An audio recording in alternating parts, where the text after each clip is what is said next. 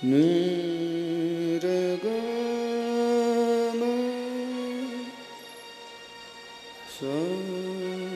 कि नमः कुंज विहारिण्य नमः कुंज विहारिण्य स्वामी श्री हरिदासाय गुरुनाम गुरवे नमः। श्री राधा मेरी स्वामिनी और मैं राधे जू को दास, जन्म जन्म मोहे दीजियो श्री चरणन को बास, श्री वृंदावन को बास। भक्त भक्ति भगवंत गुरु चतुर नाम बपू एक, इनके पद वंदन किए नाशत विघ्न अनेक। कि जय जय श्री राधा रमण, जय जय श्री नवल किशोर, हो जय गोपिका चित चोर, प्रभु जय जय माखन चोर। जरा दोनों हाथ उठा करके बोलिए शेरा वाली की, जोता वाली की जय, खपरा वाली की जय, बलिया वाली की जय, मेहरा वाली की जय, खंडवा वाली की, वैष्णो देवी माता की, साचे दरबार की, देवी भागवत महापुराण की, रेणुका माता की जय, कुलस्वामिनी तुलजा भवानी माता की जय, महालक्ष्मी माता की जय, सप्तशृंगी बड़ी माता की जय, बोधेश्वर महादेव की जय, बालांबिका माता की जय, सदगुरुदेव भगवान की जय, अपने अपने माता पिता की जय, पितृदेवताओं की जय, सब संतन की जय, आज के आनंद की जय। जय जय श्री राधे, जय जय श्री राधे, जय जय श्री राधे। श्याम पुंडलीक वरदा हरि विठ्ठल श्री ज्ञानदेव तुकाराम, पंढरीनाथ भगवान की जय, माऊली ज्ञानेश्वर महाराज की जय, जगद गुरु तुकाराम महाराज की जय। शांति पर ब्रह्म एकनाथ महाराज की जय, अवधूत चिंतन श्री गुरुदेव दत्त दत्त दत्त। श्री राधे जय जगदम्ब। ओम नमः शिवाय। महाकाली महालक्ष्मी महासरस्वती राजराजेश्वरी त्रिगुणात्मिका श्री दुर्गा जगदम्बा पराम्बा माता रानी का जगदम्बा देवी का चरित्र श्रीमद् देवी भागवत कथा।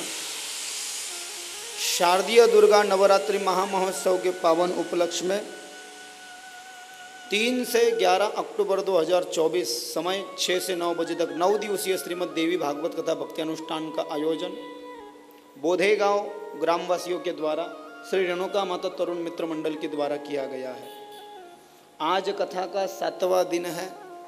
पूर्व 6 दिनों से इस स्थान पर बह रही श्रीमद् देवी भागवत कथा रूपी ज्ञान गंगा, ज्ञान वापी, ज्ञान सागर, ज्ञान कुआ, ज्ञान बावड़ी, ज्ञान झरना, ज्ञान समुद्र, इसमें स्नान करने के लिए वारकरी संतों के चरणों के धूलि के मकरंदों का असस्वादन, रसस्वादन, अमृत पान करने के लिए आप और हम सभी श्रोतृवृंद, भक्तिमती शक्तिमती माता बहने, हमारे सब भाई लोग, पिता लोग चक्रवाक कारंडक पंचों के रूप में इस ज्ञान गंगा के तट पर कथा का अमृत पान करने के लिए, रसस्वादन करने के लिए आ रहे हैं।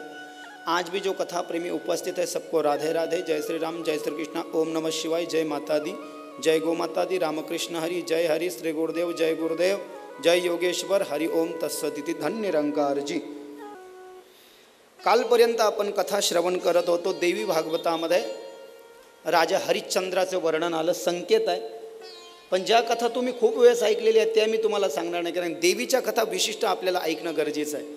याच्यामध्ये देवी भागवतामध्ये राजा हरिश्चंद्राची कथा आली। काल आपण ऐकलं, विराम दिला त्याला। तिथे एका ब्राह्मणाच्या पुत्राला नरबली करण्याकरता विकत घेतलं. रोहित पळून गेला. विश्वामित्रानं वसिष्ठाला आळी होण्याचा श्राप दिला. वसिष्ठानं विश्वामित्राला बक होण्याचा श्राप दिला. म्हणून विश्वामित्रांनी राजा हरिश्चंद्राचं सगळं राज्य स्वप्नामध्ये दान मागितलं. 2.5 भार सोनं मागितलं. अंगावरच्या कपड्यासोबत बाहेर काढलं, असं देवी भागवतात वर्णन आलंय. जास्ती संकेत त्याचा न करता, जिसके पास में सत्य है कोई माई का लाल उसका बाल बाका नहीं कर सकता प्यारे.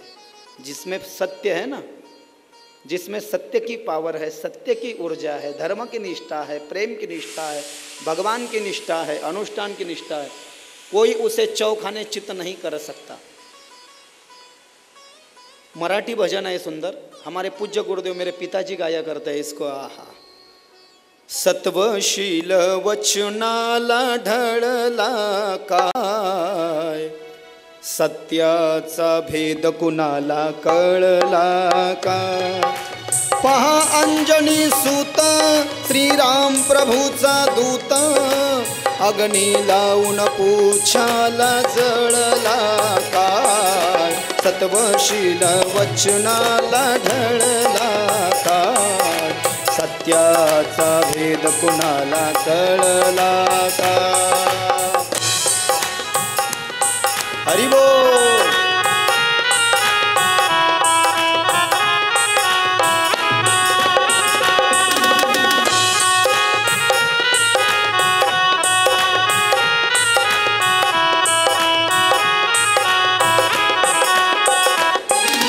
श्रेष्ठ पांडव धर्म, श्रेष्ठ पांडव धर्म, सत्यतयांचे कर्म. फक्त नंद किशोर जाणीत होता मर्म. सत्या वाचून काही कधी बोलला नाही, लेख विधीचा कोणाला टळला काय. सत्वशील वचनाला ढळला काय, सत्याचा भेद कुणा कळला का. हो पहा अंजनी सूत श्रीराम प्रभूचा दूत, अग्नी लावून पूछाला जळला काय. सत्वशील वचनाला ढळला काय, सत्याचा भेद कुणाला कळला का.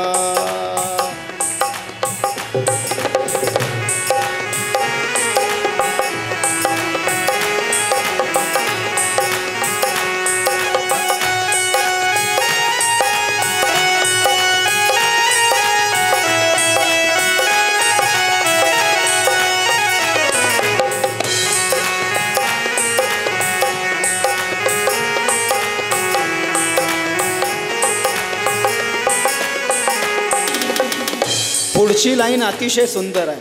3 चरण आहे भजनाचे. हे भजन मी याच्याकरता यथार्थ प्रमाण राजा हरिश्चंद्राचे वर्णन या भजनात आहे. पुढच्या लाईनमध्ये राजा हरिश्चंद्राने स्वप्नी दिधले दान. अरे राजा हरिश्चंद्राने स्वप्नी दिधले दान. खूप साहिले कष्ट तरीही आनंदाने. पत्नी पोटचा बाळ सर्व क्रमीला काळ. लेख विधीचा कोणाला टळला काय. सत्वशील वचनाला ढळला काय. सत्याचा भेद कोणाला कळला काय. हो पहा अंजनी सूत श्रीराम प्रभूचा दूत, अग्नी लावून पूछाला जळला काय. सत्वशील वचनाला ढळला काय. सत्याचा भेद कुणाला कळला काय.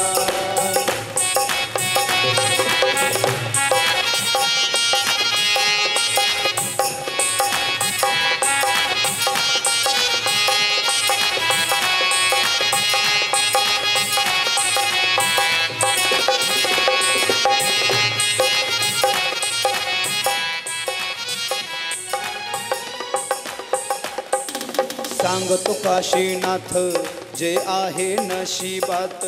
अरे सांगतो काशीनाथ जे आहे नशिबात. ते सारे पडणार सर्वांच्या पदरात.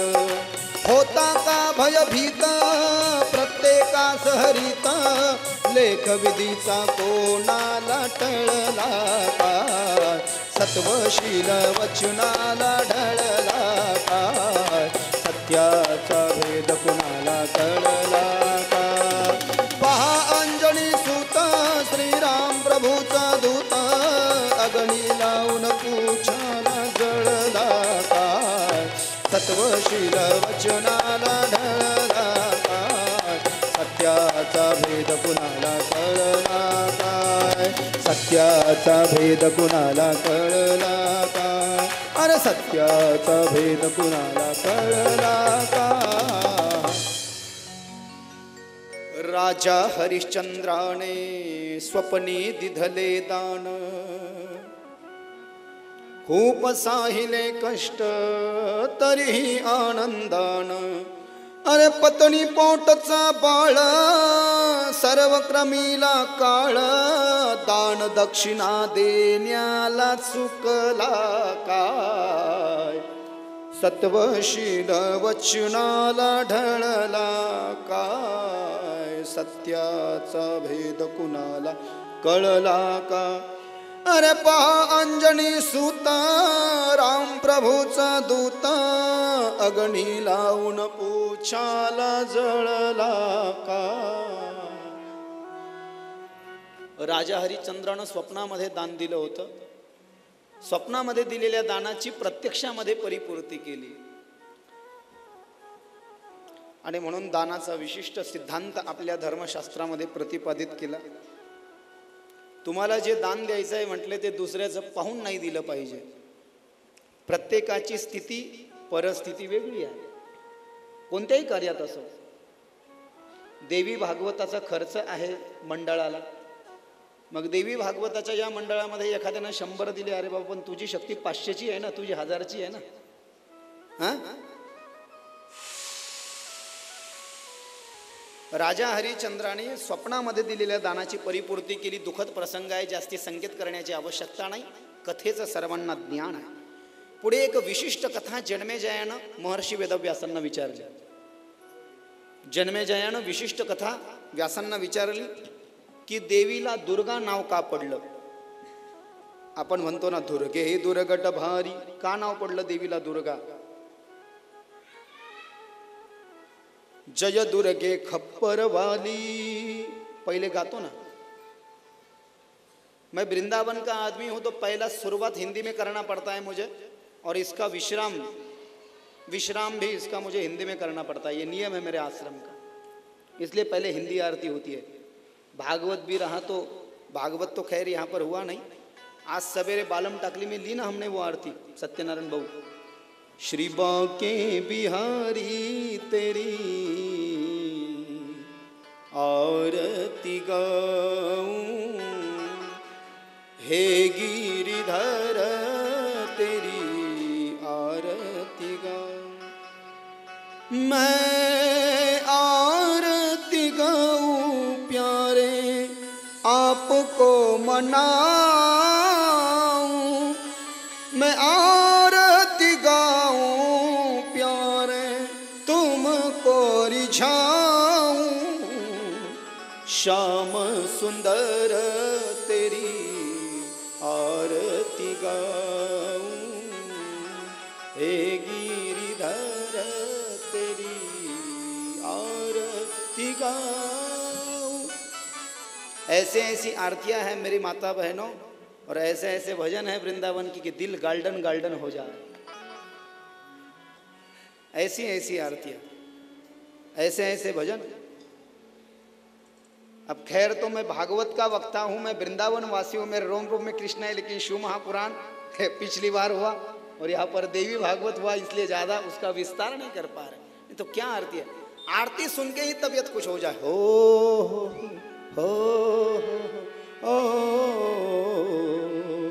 हा आ हा हा हा हा हा हा हो हो हो हो हो हा हा हा हा हा हा हे मेरे ठाकुर गोविंद मन में बसा कर तेरी मूर्ति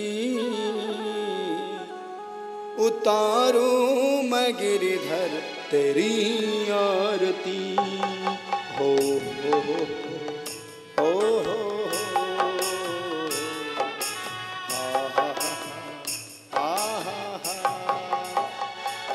मैं इसलिए बोल रहा हूँ ये भजन, ये आरती का भाव बड़ा सुंदर है। करुणा करो कष्ट हरो आहा, ज्ञान दो भगवन,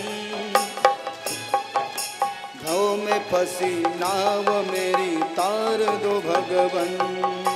करुणा करो कष्ट हरो ज्ञान दो भगवन, भव में फंसी नाव मेरी तार दो भगवन। दर्द की दवा तुम्हारे पास है, अरे दर्द की दवा तुम्हारे पास है, अरे जिंदगी दया की अभी मांगती। मन में बसा कर तेरी मूर्ति उतारूं मैं गिरधर तेरी आरती। मन में बसा कर तेरी मूर्ति उतारूं मैं गिरधर तेरी आरती। हो हो हो आ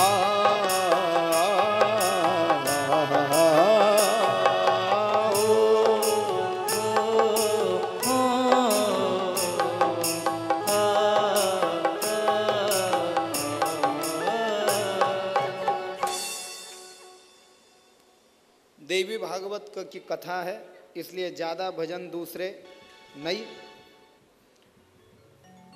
आरती से चित्त की शुद्धि होती है। महाराष्ट्र में ये परंपरा नहीं है कि पहले आरती की जाए ग्रंथ के, लेकिन वृंदावन के हमारे जितने भी रस वक्ता है ये पहले ग्रंथ की आरती होती है।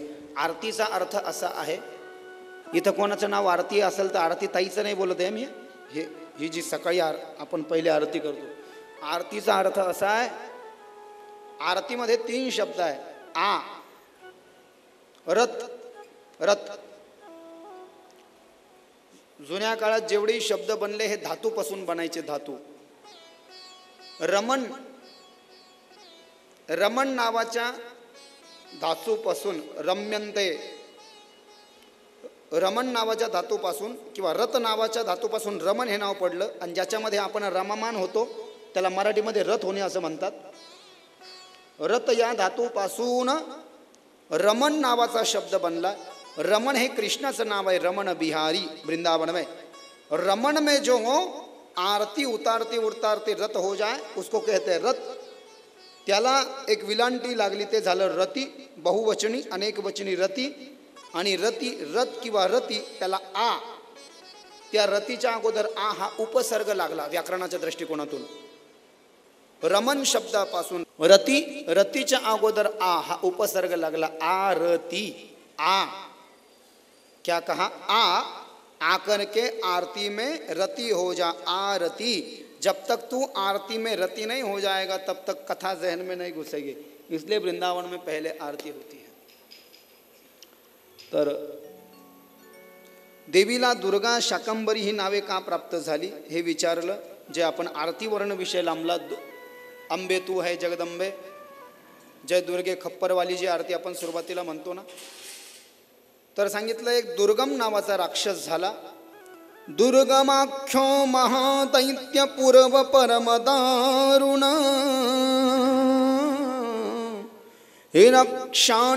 हिरण्याक्षान वये जातो रुरुपुतरो महाखलः, कि देवानां तु बलम वेदो नाशे तस्य सुरा अपि नक्षन्त्यैव न संदेहो विदेहं तावदेव ततः।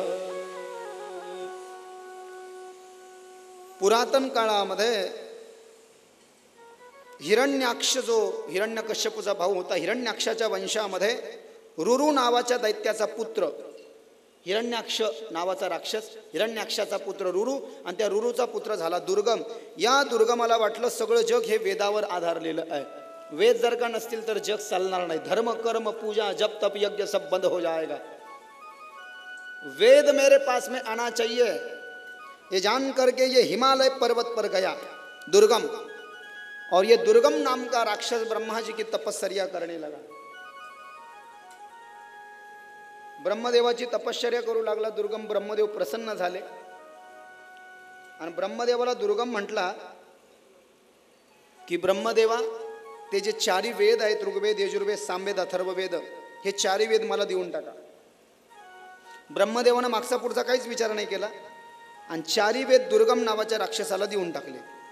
आता चारी वेद दुर्गम नावाच्या राक्षसाला दिल्यानंतर एकाएकी, काय आवाज येत नाही का माझा? एकाएकी बस.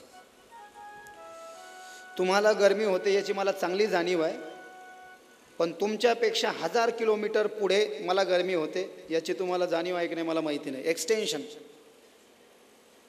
क्योंकि अब 3 घंटा पहले पानी नहीं पी सकते और बोलना बहुत ज़्यादा है. घर का अनुष्ठान होता है 4 घंटा बैठ करके, और यहाँ पर भी 3 घंटा. वक्ता को ज़्यादा गर्मी होती है, कोई भी वक्ता हो. हां, नाही तर तुम्हाला वाटायचं बा एअर कंडिशन सुविधा वगैरे हे सगळं, असं काही नाही. खाली उतरल्यावर मी पण तुमच्यासारखाच आहे, पण गरमी जास्ती होते.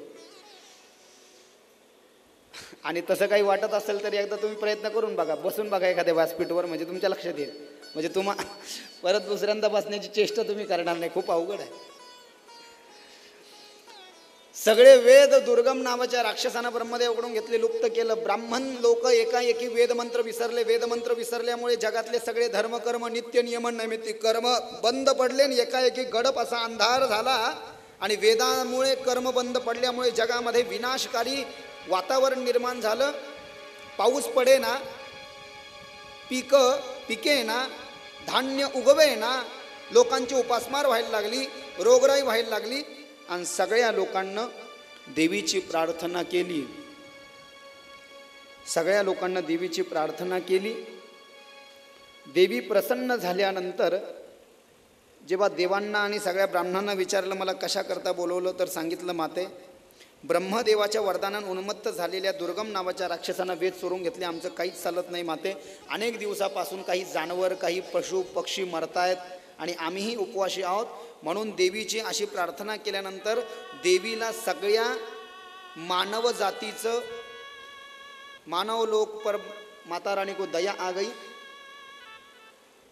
मानव लोकाचं कल्याण करण्याच्या दृष्टीनं जेव्हा देवी प्रकट झाली भूमंडलामध्ये, सिंहावर बसलेली आहे, तेव्हा देवीच्या डोळ्यातून अश्रुधारू वाहू लागल्या आणि देवी जवळपास 100 डोळ्यांना रडू लागली. किती? 100 डोळ्यांना रडू लागली. शत म्हणजे 100 आणि अक्ष म्हणजे डोळा. 100 डोळ्यानं देवीच्या डोळ्यातून अश्रुधारा वाहू लागल्या की माझ्या या मृत्यू लोकामध्ये माझ्या भक्तांची अशी दुरावस्था, ही दयनीय अवस्था देवीनं पाहिली. देवी 100 डोळ्यानं रडली. म्हणून तिला नाव पडलं शताक्षी. काय नाव पडलं? शताक्षी. बोलिये शताक्षी माता की जय. दुसरं एक नाव देवीला पडलं. देवी जेव्हा रडली, तिच्या हातामध्ये काही कंदमुळं होते, काही फळं होते, काही लतावेली वनस्पती औषधी होत्या, काही धान्य होते. ते उत्तम उत्तम प्रकारचे शाक, खाण्याच्या वस्तूला शाक म्हणतात संस्कृतमध्ये. काय म्हणतात? शाक. त्या सगळ्या ज्या शाक तिच्याजवळ होत्या, त्या शाक तिने देवांना ब्राह्मणांना अर्पण केल्या. ये लो, इसका उपयोग करो, सब में बांटो, तुम भी लो, you take all of them and the distribute all of them, तुम भी लो और दूसरों को भी बांटो. म्हणून नाव पडलं दुसरं शाकंभरी.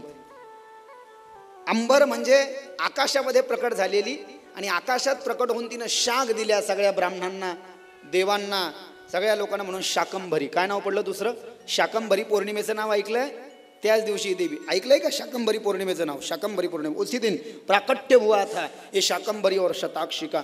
बोलिए शाकंभरी माता की जय. दुर्गा नाव का पडलं ऐका. शताक्षी नाव का पडलं ऐकलं आपण? 100 डोळ्यानं रडली ती लोकांना दुःखात पाहून, म्हणून शताक्षी. शाकंभरी तिनं आपल्या हातातले शाक दिले म्हणून शाकंभरी. दुर्गा नाव का पडलं? दुर्गा नवरात्री उत्सव कसा चालू झाला ती कथा. दुर्गम नावाच्या राक्षसाला मारायला देवी निघाली. ते आरतीत लाईन नाही म्हणत का आपण? दशमीचे दिवशी अंबा निघे सिमलंगणी हो, सिंहारूढ करी दारुण शस्त्रे अंबित घेऊनी हो, शुंभ निशुंभाधिक राक्षसा किती मारिसी रणी हो, विप्रा रामदासा आश्रय दिदला तो हा चरणी हो. या 9 रात्रीमध्ये 9 दिवसामध्ये देवीजी येत असते ना, अनेक राक्षसांचा विनाश करते आणि दशमीला एकही राक्षस शिल्लक ठेवत नाही. शुंभ निशुंभ हा फक्त साईन आहे, चिन्ह आहे. शुंभ निशुंभ अधिक राक्षसा किती मारिसी रणी हो, म्हणजे शुंभ निशुंभ नाही, हे फक्त दोघांचे नाव घेतले की यांच्यासारखे खूप मारते देवी. शुंभ निशुंभ अधिक राक्षसा किती किती किती मचमोर, पता नाही भैया, बहुत सारे. देवी भागवतात इतक्यांचे नाव नसतील इतक्या राक्षसाला देवीनं मारलेलं आहे. शारदीय दुर्गा नवरात्री जेव्हा जगामध्ये नव्हती, जेव्हा लोक नवरात्रीचा व्रत उत्सव करत नव्हते, लोकांना नवरात्र काय माहिती नव्हतं, तेव्हा अश्विन महिन्याच्या शुक्ल पक्षामध्ये पहिल्या माळीला म्हणजेच शरद ऋतूच्या शुक्ल पक्षातल्या पहिल्या दिवसात म्हणजे पहिल्या माळीला देवी सिंहावर बसून दुर्गम नावाच्या राक्षसाला मारण्याकरता गेली, त्याच्यासोबत युद्ध करण्याकरता गेली आणि ते वेद वापस आणायला गेली. तेव्हा देवी दुर्गमासोबत युद्ध करू लागली. ते युद्ध चाललं दिवस रात्र 9 दिवस, पूर्ण नवरात्रीमध्ये ते युद्ध चाललं, पहिल्या माळीपासून 9व्या माळीपर्यंत. आणि दशमीच्या दिवशी म्हणजे विजयादशमीच्या दिवशी देवीनं सकाळी दुर्गम नावाचा राक्षस ठार केला, त्याचा पराभव केला आणि त्याच्याकडून वेद वापस आणले आणि ते वेद ब्रह्माला सुपूर्त केले आणि ब्राह्मणांकडे ते वेद आले आणि जगाचं पुन्हा संरक्षण झालं. आणि मग देवी सगळ्यांना म्हणाली, चिंता मत करो, इन 10 दिनों में मैं सभी राक्षसों का विनाश करते जाऊंगी और इन 10 दिनों को शारदीय दुर्गा नवरात्रि महामहोत्सव के नाम से दुनिया में जाना जाएगा और लोग बड़ी धूमधाम से इसको मनाएंगे. दुर्गम नावाच्या राक्षसाला देवीनं पूर्ण नवरात्रीमध्ये 9 दिवस युद्ध करून 10व्या दिवशी मारलं, म्हणून याला नाव पडलेलं आहे शारदीय दुर्गा नवरात्री महामहोत्सव. बोलिए शारदीय दुर्गा नवरात्री महामहोत्सव की जय. पुढे भगवान शंकर आणि विष्णू परमात्म्याची कथा आली की या दोघांच्या बायका या दोघांना सोडून निघून गेल्या राग राग माहेरी. ऐकलं का? अशी कथा आली देवी भागवतात. शंकराची पत्नी आदिशक्ती पार्वती नाही सांगितली, सती, आणि भगवान विष्णूची पत्नी लक्ष्मी. एकाच वेळेस दोघांच्याही बायका हरी आणि हराच्या त्यांच्यावर रुसल्यान घरी निघून गेल्या माहेरी. एते चान्ने च राजानां परशेक्ते रूपासका संसार तरुमूलस्य कुठानाम अभवन् नृपः कि तस्मात् सर्व प्रयत्नेन संसेव्या भुवनेश्वरी पलालमीव धन्यार्थी त्यजद्यन्यमशेषतः. हरी म्हणजे विष्णू आणि हर म्हणजे शंकर. हरी हरा नाही भेद नका करू वाद. तुकाराम महाराज म्हणले, एक एकाचे हृदय गोडी साखरेच्या ठाई भेदकासी नाड एक वेलांटीचं आड उजवे वाम भाग तुका म्हणे एकची अंग. अभंगाचा नंबर 99 तुकाराम महाराजाच्या गाथ्यामध्ये. हे दोघं एक रूप आहेत. शंकराची पत्नी सती आणि विष्णूची पत्नी लक्ष्मी. आपण देवी भागवतात 3ऱ्या स्कंदात ऐकलं ना कथेमध्ये 3ऱ्या दिवशी की देवीनं काय केलं. हे तिन्ही देवता झोपलेले होते, ब्रह्मा विष्णू महेश होते का नाही. देवी सिंहावर बसून आली, यांना विमानात नेलं, नुसतं नेलं नाही, आपल्या शरीरापासून 3 देव्या निर्माण केल्या. ब्रह्मदेवाला सावित्री बायको म्हणून दिली, शंकराला सती बायको म्हणून दिली आणि विष्णूला लक्ष्मी बायको म्हणून दिली. म्हणजे देवीनं स्वतःच्या शरीरापासून निर्माण केलेल्या शक्त्या यांना बायको म्हणून दिल्या. आणि मग हे ब्रह्मा विष्णू आणि शंकर, शंकर आणि विष्णू जगामध्ये जेवढेही युद्ध जिंकायचे ना ते कोणामुळे जिंकायचे, त्या शक्ती त्यांच्यासोबत असायच्या. महर्षी वेदव्यास जन्मेजयाला सांगतायत, एक दिवशीची घटना आहे. एक हलाहल नावाचा उन्मत्त दैत्य आला. तो सर्व जगामध्ये देवतांना मानव जातीला त्रस्त करू लागला. म्हणून सगळे देवता शंकर आणि विष्णूला शरण आले. मनवोनी शरण जावे सर्व भावे देवासी तो हा उतरील पार भव दुस्तर नदीचा. बहु आहे करुणावंत अनंत हे नामजा तुका म्हणे साक्षी आले तरी केले प्रकट. 2960 अभंगाचा नंबर. 4 चरण तुकाराम महाराजाची गाथा. तुझविन कोणा शरण जाऊ नारायण ऐसा न देखे मी तुझ्या कोणी तीही त्रिभुवनी पाहिली पुराणे धंडोली दरुशने तुका म्हणे ठाई जडून ठेलो तुझे पायी. 2362 अभंगाचा नंबर गाथ्यामध्ये. भगवान विष्णूला शंकराला शरण गेले. शंकर आणि विष्णू युद्धा करता गेले. 60,000 वर्ष युद्ध चाललं. 60,000 वर्ष शंकर आणि विष्णू लढत राहिले त्या हलाहलाशी, आणि शेवटी शंकरासोबत सती गुप्त रूपानं होती, विष्णू परमात्म्यासोबत लक्ष्मी गुप्त रूपानं होती. लक्ष्मीमुळे विष्णू जिंकले आणि सतीमुळे शंकर जिंकले. व्यास म्हणाले या दोघांमुळे हे जिंकले दोघं जण, या आपल्या बायकांमुळे. त्यांनी त्या हलाहल नावाच्या दैत्याचा संहार केला आणि संहार करून यशस्वी विजयी होऊन घरी आले. घरी आल्यानंतर बायका म्हणले काय झालं, जिंकले का युद्ध? तर हे दोघं थकलेले असल्यामुळे यांनी आपल्या बायकांना झिडकारून लावलं, अंडर एस्टिमेट केलं आणि त्यांचा अपमान केला. कभी भी अपने पत्नी का अपमान मत करो प्यारे, चौका लग जाएगा. इसका मतलब आपको भी आपके पतिदेव का अपमान नहीं करना है. मैं दोनों का भी पक्ष नहीं लेता. पतीला विष्णू म्हटलेलं आहे, पत्नीला लक्ष्मी म्हटलेलं आहे. मी अनेक संदर्भ त्याचे आपल्याला दिले आहेत. तुका म्हणे पतिव्रता तिची देवावरी सत्ता, अहिल्या द्रौपदी सीता तारा मंदोदरीम तथा पंचकन्याम स्मरे नित्यम महापातक नाशनम. ब्रह्मदेवाची मुलगी अहिल्या, रामाची पत्नी सीता, द्रौपदी, मंदोदरी आशांचं जर का स्मरण केलं तर सगळ्या पातकाची बोहरी होते आमच्या माता माऊल्यांची. या 5 विशिष्ट पतिव्रता. तशी अनुसया वगैरे पण आहे. आणि पत्नींना पतीसाठी स्वामी काज गुरु भक्ती पितृ वचन सेवापती, हेची विष्णूची महापूजा अनुभव नाही दुजा. 2175 2175 अभंगाचा नंबर गाथ्यामध्ये बाबा. स्वामी काज सेवकान, सेवक जो है सेवक वो स्वामी से ईमानदार होना चाहिए, नहीं तो भगवान भी तुमको नहीं बचाने वाला. यदि किसी के यहाँ पर सेवक बन के रह रहे हो और स्वामी का बाप बनने की कोशिश कर रहे हो, तुम्हारे माता पिता तो क्या तुम्हारा गुरुदेव, तुम्हारा भगवान भी तुमको बचाने वाला नहीं. तुकाराम महाराज कह रहे सेवके करावे सांगितले काम, तेथे हुतू पण कामा नये. स्वामी का सेवकानं स्वामीच्या हिताचं चिंतन करावं. गुरु भक्ती, सगळ्यांना गुरुची भक्ती करावी तुम्ही. पितृवचन, पुत्रानं बापाचं ऐकावं, पुत्रानं बापाचा बाप होण्याची कोशिश करू नये. पुत्रानं काय करावं, बापाचं ऐकावं. आणि सेवापती, स्वामी काज गुरु भक्ती पितृवचन सेवापती, हेची विष्णूची महापूजा अनुभव नाही दूजा. या दोघांना बायकोचा अपमान केला, त्यांना झिडकारून लावलं, म्हणून एकाएकी त्या शक्तींचा अपमान झाला. त्या शक्तींचा अपमान झाला म्हणजेच देवीचा अपमान झाला. माता सती शंकराला सोडून निघून गेली आणि लक्ष्मी विष्णूला सोडून निघून गेली. यांच्या शक्त्या यांच्याजवळ होत्या म्हणून हे प्रबल होते. शक्त्या भजन करते.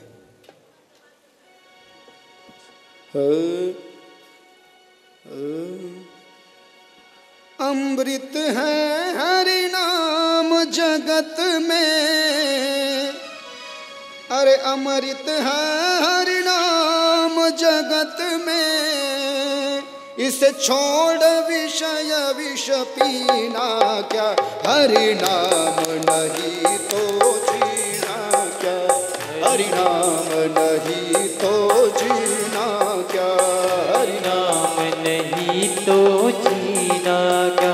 जरा ताली सेवा देते हुए सभी भक्तगण.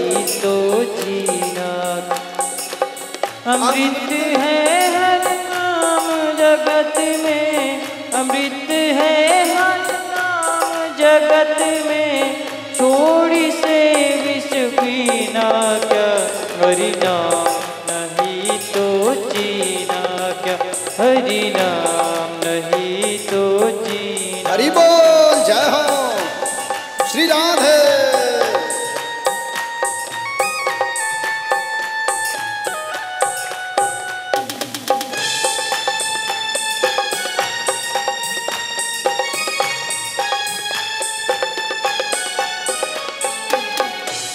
काल सदा अपने रस डोले, ना जाने कब सिर चढ़ बोले. काल सदा अपने रस डोले, ना जाने कब सिर चढ़ बोले. हरि का नाम जपो निस्वासर, हरि का नाम जपो निस्वासर, इसमें बरस महीना का, हरि नाम हरि नाम नहीं तो जी। अरे अमृत है हरि नाम जगत में, अमृत है हरि नाम जगत में, इसे छोड़ विषय विष पीना क्या, हरि नाम नहीं तो जीना क्या, हरि नाम नहीं तो जीना क्या, हरि नाम नहीं तो जीना। हरि बोल। पीछे वाले भक्त भी जरा ताली से बाजते हुए प्रेम से भाव से।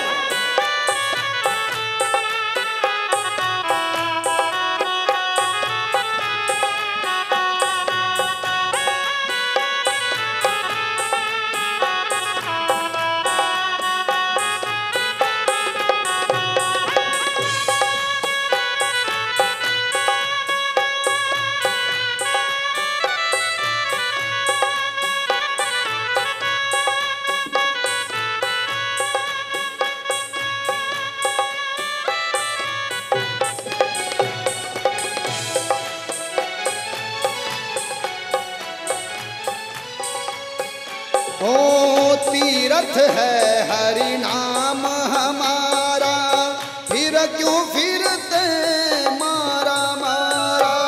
तीर्थ है हरि नाम तुम्हारा, फिर तुम ने मारा मारा। अंत समय हरि नाम न आवे, अंत समय हरि नाम न आवे, तो काशी और मदीना क्या, हरि नाम नहीं तो जीना क्या, हरि नाम नहीं तो जीना। अरे अमृत है हरि नाम जगत में, अमृत है हरि नाम जगत में, इसे छोड़ विषय विष पीना क्या, हरि नाम नहीं तो जीना क्या, हरि नाम नहीं तो जीना क्या।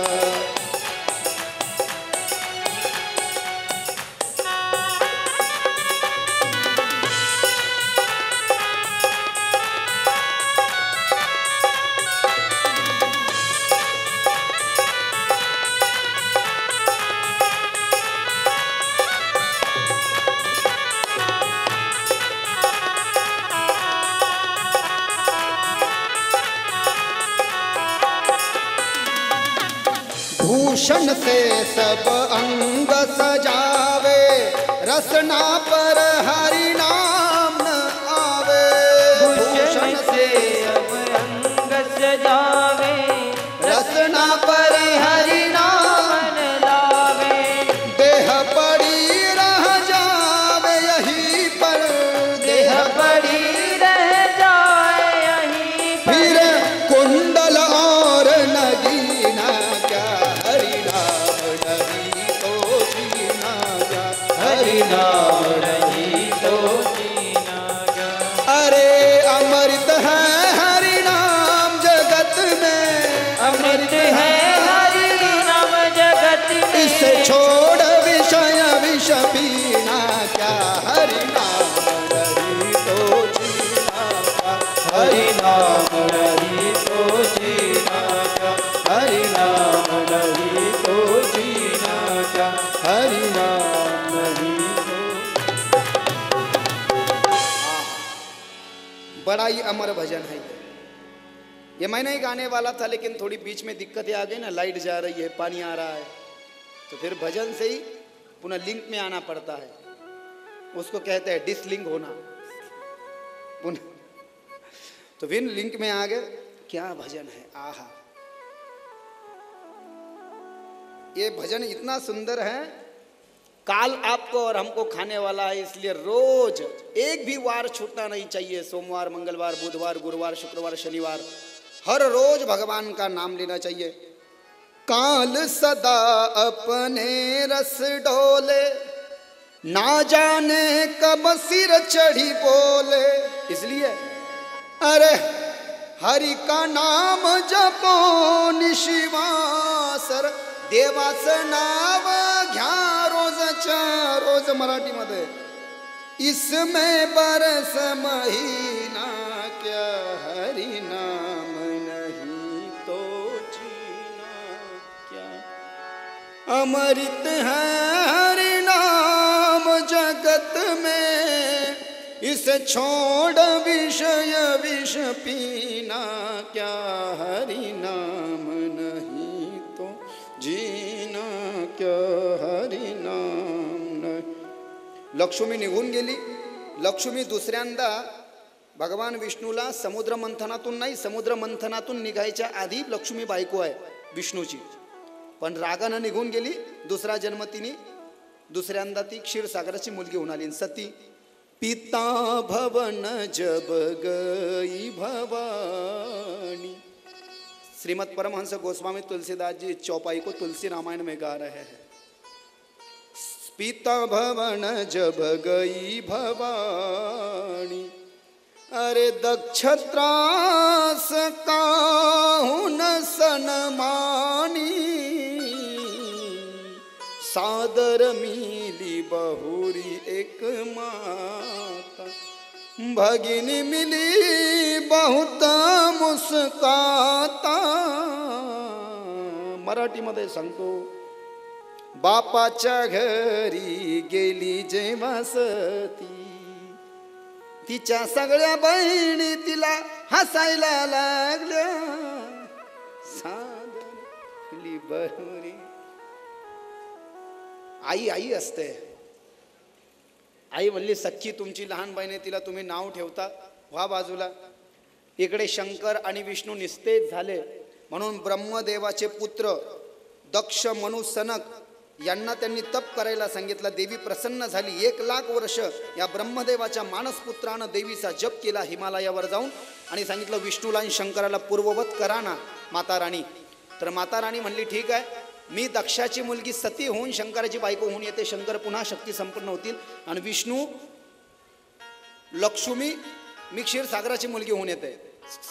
समुद्र मंथनातून जे 14 रत्न निघाले त्यापैकी माता लक्ष्मी हातामध्ये फुलांची माळा घेऊन निघाली होती ना. दुसऱ्याच्या गळ्यात तिने माळा घातली नाही. का? कारण वो जन्म जन्मांतर से नारायण की पत्नी है लक्ष्मी. लक्ष्मी कौस्तुभम पारिजातक सुरा धनवंतरी चंद्रमा गावा कामदुधा सुरेश्वर गुजरंभादि देवांगणा अश्व सप्तमुखो दिवशम हरिधनो शंकुम प्रथम चाबुदे रत्नानि चतुर्दशम प्रतिदिने कुर्या सदा मंगलम. लक्ष्मी नारायण भगवान की जय. वो लक्ष्मी नारायण बन गए. इकडे सती शंकराची बायको झाली. तिने प्रेम विवाह केला शंकरासोबत. जगातला सगळ्यात पहिला प्रेम विवाह सतीनं शंकरासोबत प्रेम विवाह केला. और दूसरा प्रेम विवाह रुक्मिणी आणि कृष्ण. दुनिया में जो सब पहला है पहला वो सब शंकर ने किया. सबसे पहले गायन शंकर ने किया. गावत संतत शंभु भवानी अरुघट संभव मुनि विज्ञानी व्यास आदि कवि बरजा बखानी हे काक भ्रुसुंडी गरुड़ के ही की आरती श्री रामायण जी की. जगात सगळ्यात पहिलं गायन करणारे शंकर, नृत्य करणारे शंकर, डमरू वाजवणारे शंकर, संगीताला जन्म देणारे शंकर, तालाला जन्म देणारे शंकर, व्याकरणाला जन्म देणारे शंकर, जगात सगळ्यात पहिला प्रेम विवाह करणारे शंकर, जगातले सगळ्यात पहिले वारकरी शंकर, जगातले वारकरी भजन भजन करी महादेव श्रीराम जय राम. पहिले वारकरी शंकर, पहिले भजन करणारे शंकर, पहिलं गायन करणारे शंकर, पुन्हा नाचणारे सुद्धा शंकर. हे जडाडवी गल जल प्रवाह पावितस्थले गले वलंब्यलंबितम, ये सब शंकर. पहले नाचने वाले शंकर, गायन करने वाले शंकर, पहले वारकरी शंकर, प्रेम विवाह करने वाले शंकर, संगीत को जन्म देने वाले शंकर, तालों को जन्म देने वाले शंकर, व्याकरण को जन्म देने वाले शंकर, सब कुछ शंकर. आदि योगी, आदि योगी भी शंकर, आदि गुरु शंकर. जगातले सगळ्यात पहिले गुरु शंकर आणि सगळ्यात पहिले शिष्य ब्रह्मदेव आणि विष्णू. मी कशा करता सांगतोय. मग सगळं शंकराने केलं. शंकराला वाटलं प्रेम विवाह तरी दुसऱ्याला कशाला करू द्यायचा, मीच करतो ना. म्हणून प्रेम विवाह सुद्धा शंकरानेच केला सगळ्यात आधी सती सोबत. ते काय शिवमहापुराणाचे खूप सुंदर 101 भाव आहे. आणि ते मन मंदिर में पास है तेरा, तेरी छवि बसाई। प्यासी आत्मा बन के जोगन तेरे शरण में आई। तेरे ही चरणों में पाया मैंने ये विश्राम, बोधेश्वर मैंने ये विश्राम। हे मेरे बोधेश्वर, है मेरे बोधे गाँव के महादेव, ऐसी सुबह न आए न आए ऐसी शाम। पा बोधेश्वर किती प्रसन्न झाले, लाईटच आली। जिस दिन जुबान पे मेरे, जिस दिन जुबान पे मेरे न आए शिव का नाम ऐसी। हे भजन आहे, पण सगळ्यात जास्ती फेवरेट भजन माहिती आहे तुम्हाला कोणतं आहे माझं? शंकराचं। आहा, चाहे अग्नि में मुझे जलना हो, चाहे कांटों पे मुझे चलना हो, चाहे छोड़ के देश निकलना हो, रहे ध्यान तुम्हारे चरणों में, हो रहे ध्यान तुम्हारे चरणों। मिलता है सच्चा सुख केवल भोलेनाथ तुम्हारी चरणों में। यह विनती है पल छिन छिन की, रहे ध्यान तुम्हारे चरणों।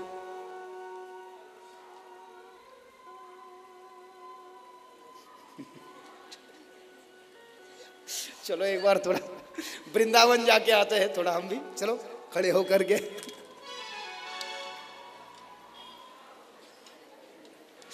जरा चल के वृंदावन देखो, आज वृंदावन जाकर के आते हैं। एक दिन लगता है लेकिन हम फ्लाइट से जाएंगे, जल्दी वापस आएंगे, क्योंकि कथा में भी हमको आगे पूरा करना है। जरा चल के हो, जरा चल के, जरा चल के वृंदावन देखो, शाम बंसी बजाते मिलेंगे। जरा चल के जमाने को देखो, शाम मुरली बजाते मिलेंगे।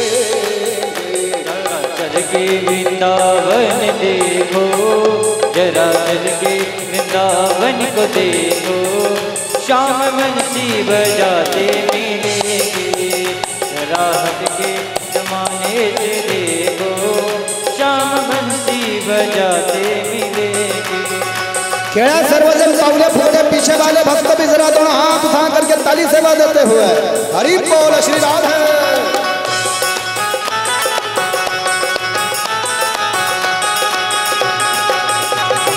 हरि बोल।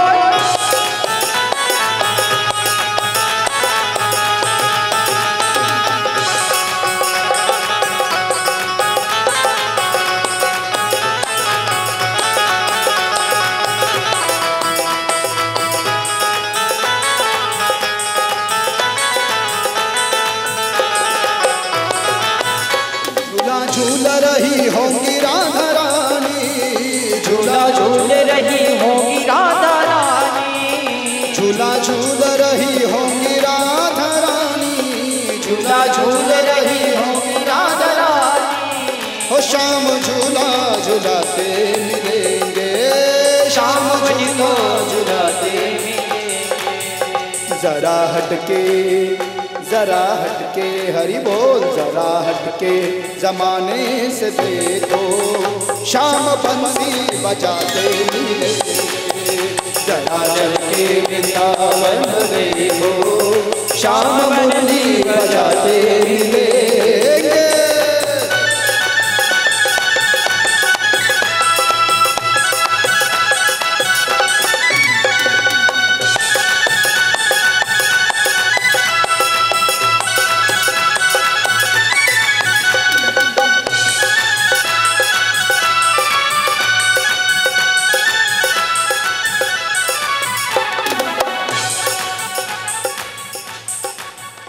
कभी रूठ गई होंगी राधा रानी, कभी उठ गई होगी राधा रानी, ओ कभी रूठ गई होंगी राधा रानी, कभी उठ गई होगी राधा रानी। शाम उनको मनाते दिखेंगे, शाम उनको मनाते दिखेंगे।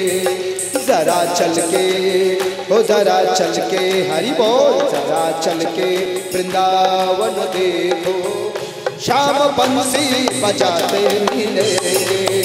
जरा के जमाने से देखो, श्याम मुरली बजाते मिलेंगे।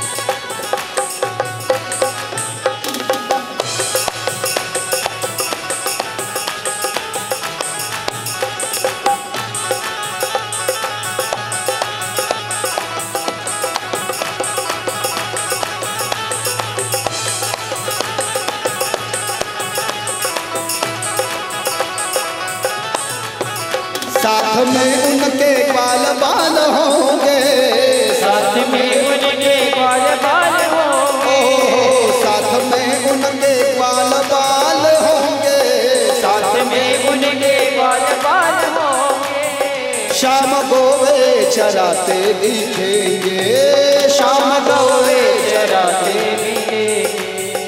जरा चल के, हो जरा चल के हरि बोल, जरा चल के वृंदावन देखो, श्याम बंसी बजाते मिलेंगे।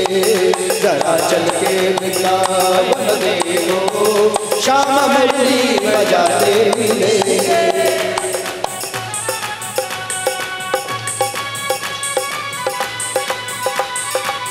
हरि बोल श्री राधे।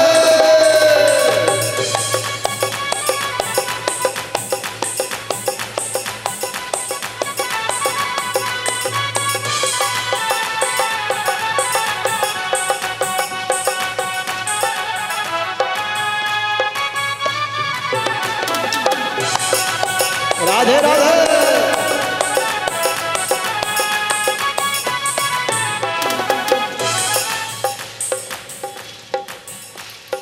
राधे राधे राधे राधे राधे राधे रटो चले आएंगे बिहारी, राधे राधे बोलो चले आएंगे बिहारी, राधे राधे बोलो चले आएंगे बिहारी, राधे राधे जप चले आएंगे बिहारी, हो आएंगे बिहारी चले आएंगे बिहारी, आएंगे बिहारी चले आएंगे बिहारी, हो आएंगे बिहारी चले आएंगे बिहारी, आएंगे बिहारी चले आएंगे बिहारी। अरे राधे राधे हरि बोल, राधे राधे जय हो, राधे राधे रटो चले आएंगे बिहारी, राधे राधे जप चले आएंगे बिहारी, राधे राधे जप चले आएंगे बिहारी।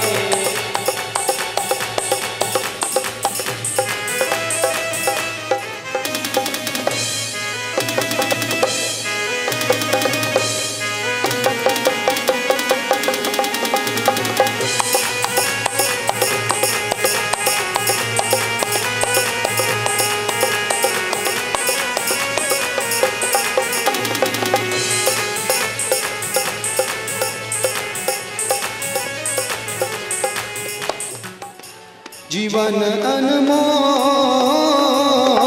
तू राधे राधे बोल रे, जीवन अनमोल तू राधे राधे बोल रे।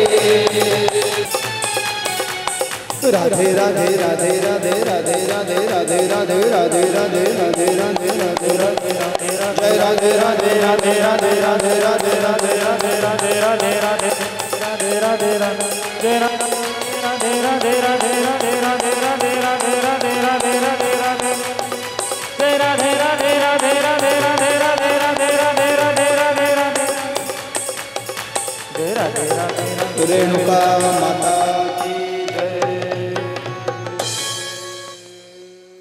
जीवन अनमोल रे तू राधे राधे बोल रे, आदि शक्ति श्री राधा रानी। जीवन अनमोल रे तू राधे राधे बोल रे।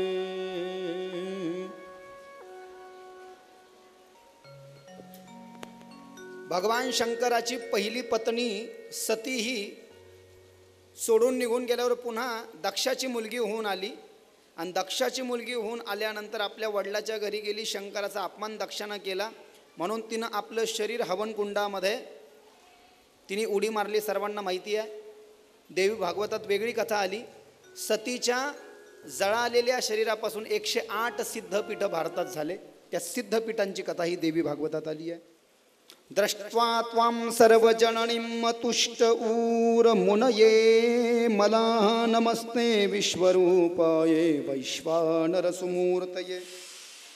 शिवमा पुराण, भागवत कथा इत्यादी ग्रंथामध्ये आपण ऐकलं असेल की सतीनं आपल्या शरीराचा त्याग केला आपल्या वडिलाच्या घरी जाऊन, दक्षाकडे म्हणजे माहेरी. कारण की लग्न झालेल्या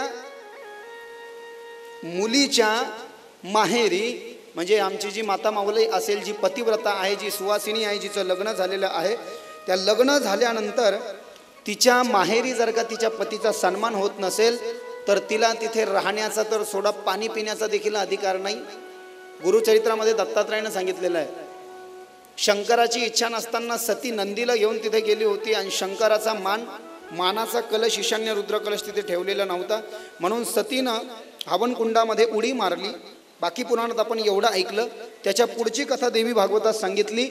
वीरभद्र वगैरे आला, दक्षाचं शिरच्छेद केला, दक्षाच्या शिराला हवनकुंडात टाकून दिलं, यज्ञ पूर्ण केला. पण भगवान शंकर भ्रमित झाले और सती के प्रेम में भ्रमित हुए भगवान शंकर दक्ष की मंडप में आ पहुंचे आणि सतीच्या स्वतःच्या बायकोच्या जळालेल्या शरीराला पाहिलं भगवान शंकरानं आणि स्वतःच्या बायकोच्या जळालेल्या शरीराला भगवान शंकराने आपल्या उजव्या खांद्यावर ठेवलं आणि भगवान शंकर सगळ्या भारतामध्ये असं भ्रमित होऊन फिरू लागले. मेरी सती चली गई. सगळेजण म्हणले अहो शंकरा जाऊ द्या ना, आता ती गेली तर गेली, आता तिला ठेवून द्या. शंकर काही ऐके ना. शेवटी भगवान शंकराचा भ्रम नाहीसा करण्याकरता व्यास जन्मे जायला सांगतात देवी भागवतात. भगवान विष्णूने धनुष्याला एक बाण लावला आणि एकाच बाणाचे 108 बाण करून सतीच्या शरीरावर सोडले. काय केलं? धनुष्याला एकच बाण लावला आणि एक बाण करून एकाच बाणाचे 108 बाण करून सतीच्या शरीरावर सोडले. सतीच्या जळालेल्या शरीराला भगवान विष्णूचे 108 बाण लागले आणि म्हणून सतीच्या शरीराचे 108 तुकडे झाले आणि ते 108 तुकडे या भारतामध्ये ज्या ज्या राज्यात ज्या ज्या जागेवर पडले त्याचे 108 सिद्धपीठ बनले. काही विशिष्ट नावाचा संकेत आपण करू इथे. या 108 तुकड्यापैकी सतीच्या शरीराचं जे शिर होतं, शिर म्हणजे गौरीचं मुख, हे काशीला पडलं. काशीला तिथे तिचं भगवतीच्या रूपानं वास्तव्य करत असून विशाल लक्ष्मी हे तिचं नाव आहे. बोलिये विशाल लक्ष्मी माता की जय. नैमिषारण्यामध्ये सतीच्या शरीराचा एक भाग पडला. तिथे तिला लिंगधारणी या नावानं ओळखतात. प्रयाग क्षेत्रामध्ये तिचं नाव ललिता असून गंधमादनावर तिला कामुक्ती या नावानं प्रसिद्ध नावानं संबोधतात. दक्षिण मानस सरोवरामध्ये ती कुमुदा नावानं प्रसिद्ध आहे. उत्तर मानस सरोवरावर विश्वाचे कर्म पूर्ण करणारी ती कामना नावाची भगवती होऊन राहिली आहे. गोमंत पर्वतावर ती देवी गोमती या नावानं प्रसिद्ध नावानं वास्तव्य करीत आहे. मंदराचलावर कामाचारणी, चैत्र रथावर मदोत्कटा, हस्तिनापुरामध्ये जयंती, कान्याकुंजात ती गौरी या नावानं विख्यात आहे. एकांब्र पीठावर त्या देवीला कीर्तिमती नाव आहे. म्हणजे जिथं जिथं तिच्या शरीराचे तुकडे म्हणजे शरीराचे भाग पडले तिथं तिथं कोणतं कोणतं नाव आहे असं सांगितलेलं आहे भारतामध्ये. त्याचबरोबर पुढे गोदावरीमध्ये त्रिसंध्या, गंगाद्वारी रतिप्रिया, शिवकुंडस्थानी शुभानंदा, द्वारकेमध्ये कृष्णाची बायको रुक्मिणी झाली. ती द्वारकेमध्ये पण सतीच्या जळालेल्या शरीराचा एक भाग पडला होता. त्या बाणापासून द्वारकेमध्ये रुक्मिणी झाली आणि वृंदावनामध्ये सुद्धा सतीच्या शरीराचा एक भाग पडला. तिथे वृंदावनामध्ये श्री राधा झाली. राधा कृष्ण की राधा बन गई वृंदावन में. मथुरेमध्ये देवकी झाली कृष्णाची आई. पाताललोकी परमेश्वरी अशी तिच्या निरनिराळ्या क्षेत्रामध्ये निरनिराळी नावे आहेत. आता हे 108 नावं आहे. आपण काही मुख्य नावाचा संकेत याच्यामध्ये केला. सांगितलं या 108 नावांचा जप करणाऱ्यास या जगात दुर्लभ असं काहीच नाही. व्यास सांगतायत खरोखरच देवीच्या भक्तीत सदैव तत्पर असणारा पुरुष कृतार्थ होतो. त्याला सर्व देवदेवता वंदन करतात. जो रोज देवीचे हे 108 नाव उच्चारण करतो तो देवी भक्त देवी रूपच आहे. कोणता? जो देवीच्या 108 नावाचा पाठ करतो. जर पूज्य मानत असतात तर मग मनुष्याची गोष्टच नको. आपल्या घरी आपण आपल्या पित्रांचं श्राद्ध करतो. आता पितृपक्ष होऊन गेला, पितृपक्षामध्ये पित्र जेवू घालतो आणि वर्ष श्राद्धाला जेवू घालतो ना एक माणूस. त्या पित्रांच्या दिवशी जर का या देवीच्या 108 सिद्धपीठाचा नामाचा पाठ जर का केला म्हटले तर सर्व पित्र तृप्त होऊन उत्तम गतीला जातात. हे राजेंद्रा, ही ज्ञानमय सिद्धपीठ असल्याने बुद्धिमान पुरुषाने यांचा नित्य आश्रय करावा. हे राजा, असे हे महेश्वरीचे परमरहस्य तुम्हाला विचारलेस म्हणून मी तुला सांगितले. देवांना स्तुती केल्यामुळे देवी प्रसन्न होते अशी ही कथा पुढे आली. सती निघून गेल्यानंतर भगवान शंकर शिवमहापुराणातही आपण ऐकलं 87,000 दिव्य वर्ष समाधीमध्ये राहिले. हिमालयामध्ये त्यांनी समाधी केली. तारकासुर नावाच्या राक्षसाने शंकराच्या पुत्राकडून मरण्याचं वरदान मागितलं. आता शंकराचं दुसरं लग्न झालं नाही. शंकर सतीच्या शरीराची जी अस्थि होती, अस्थि म्हणजे स्केलेटन, हड्डिया, सती के जले हुए शरीर की अस्थियों की माला बना करके गले में उन्होंने पहना और 87,000 दिव्य वर्षों तक मेरी सती चली गई. एक बार मैंने संसार में अपने आप को झोंक लिया था, दूसरी बार अब संसार को नहीं देखना चाहता, अब नहीं देखना है संसार को. सतीच पार्वती बनून आली. तुम्हाला माहिती आहे, पार्वती सोबत लग्न झालं आणि कार्तिक स्वामीचा जन्म झाला, गणपती बाप्पाचा जन्म झाला. कार्तिक स्वामींनी तारकासुराचा वध केला. आत्मतत्व म्हणजे काय? भगवान शंकराचे शास्त्रे, हिमालय पर्वत आणि सगळ्या देवांना देवीची स्तुती केली. देवीला आत्मतत्वाबद्दल विचारलं आणि देवीला देवी तत्व विचारलं. देवी स्वतःच्या ज्ञानाचं मार्गदर्शन देवांना करताना सांगते, वैराग्यपूर्वक ज्ञान हेच मोक्षाचे खरे साधन. बागड बिल्ली सारखं नाही, उगं करायचं म्हणून करायचं नाही, केलं तर केलं, तेल लावत गेलं नाही. महाराज बनणं म्हणजे बिल्कुल स्नान, शुद्धता, जप, तप, पूजा पाठ, हरिकाठ, काकड़ा परफेक्ट हो तो महाराज बनना, वरना बनना मत ऐसे 2-4 किताबें पढ़ करके प्यारे. वैराग्यपूर्वक ज्ञान हेच मोक्षाचं खरं साधन आहे. समाजावर त्याच वक्त्याचा प्रभाव पडतो जो वक्ता यथार्थ दर्शन आणि यथार्थ साधनेतनं ज्ञान. देवी भागवतातच लिहिलं, पुस्तकी ज्ञान हे भ्रम निर्माण करतं आणि साधनेतून निर्माण झालेलं ज्ञान जे आहे ना ते भक्ती प्रेमाला आणि उपासनेला जन्म देतं. काय करतं? भक्ती प्रेमाला आणि उपासनेला जन्म देतं. पुस्तकी ज्ञान हे भ्रम निर्माण करतं. वृंदावन बिहारी लाल की जय, राधा रानी की जय, जगदंबा माता रानी की जय, रेणुका माता की जय. देवी हिमालयाला सांगते आत्मज्ञान म्हणजे काय. ऐका, शरीर एक रथ आहे. देवी सगळ्या देवांना सांगते शरीर हा एक रथ आहे, शरीर हा एक रथ आहे. आत्मा हा त्या रथाचा रथी आहे. बुद्धी त्या रथाचे सारथ्य करते व त्यासाठी ती मनरूपी लगामांचा वापर करते. कर्मेंद्रिय हे त्या शरीरा रथाचे घोडे असून सर्व विषय हे त्याचे मार्ग आहेत. आणि असे निश्चित समजावे. म्हणजे काय आहे? शरीर एक रथ आहे आणि या शरीर रूपी रथाला कोण चालवतं? आत्मारूपी रथी याचं सारथ्य करतो आणि मन बुद्धी त्याचे सारथ्य करते. त्यासाठी मनरूपी लगामाचा ती वापर करते. कर्मेंद्रिय या त्या शरीर रथाचे घोडे असून सर्व विषय त्याचे मार्ग आहेत. देवीनं योग स्वरूपाचं निर्माण करून देवांना ज्ञान दिलं. कुंडलिनी शक्ती जागृत करावे. इथे मूलाधार चक्र आहे, इथे ब्रह्मकमळ आहे, इथे ब्रह्म पुरुषाची कल्पना करावी. इथे 3.5 मात्रा आहेत वेदाच्या. इथे ब्रह्मा विष्णू महेश आहेत. आकार तो ब्रह्मा, उकार तो विष्णू, मकार महेश बोली देत. अर्धमात्रा मी आहे. मोठी प्रोसेस आहे कुंडलिनी शक्तीची. देवीनं ब्रह्मतत्वाचं निरूपण करून सांगितलं भक्तियोग आणि त्याचे श्रेष्ठत्व या ठिकाणी सांगितलं.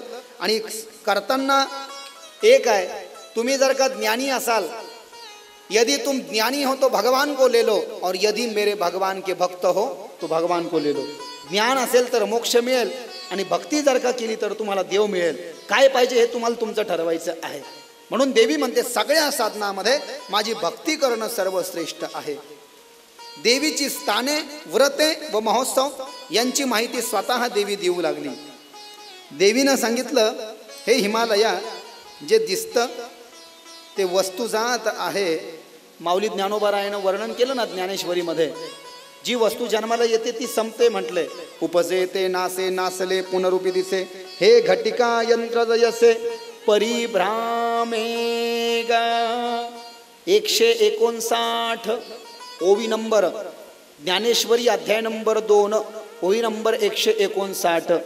आणि शरीर जाता घवे, हे नाशिवंत स्वभावे, मनोनी तुवा झुंजावे पंडू कुमरा.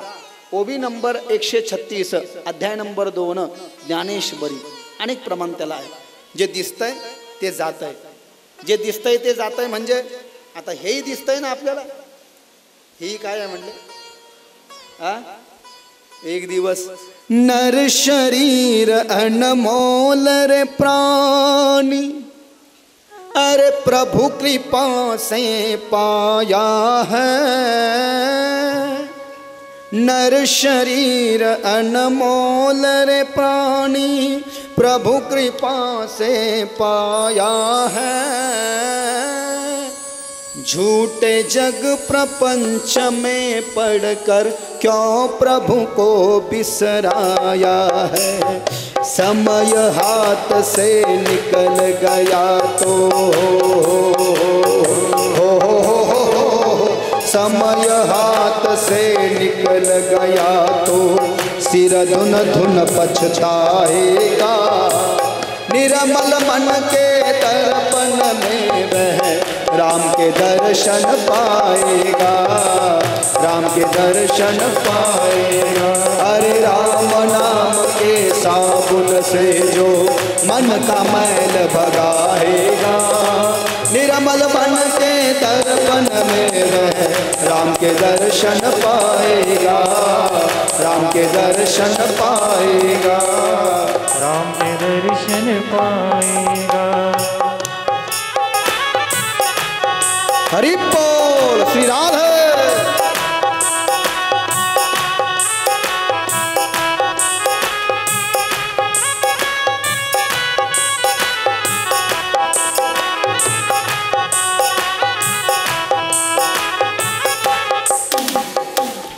आगे बड़ी सुंदर बात कर रहे हैं, जरा ध्यान पूर्वक सुनना. हर इंसान के भीतर 3 चीजें छिपी हुई हैं और वो 3 चीजें हर व्यक्ति का नुकसान करती है, वो शत्रु है.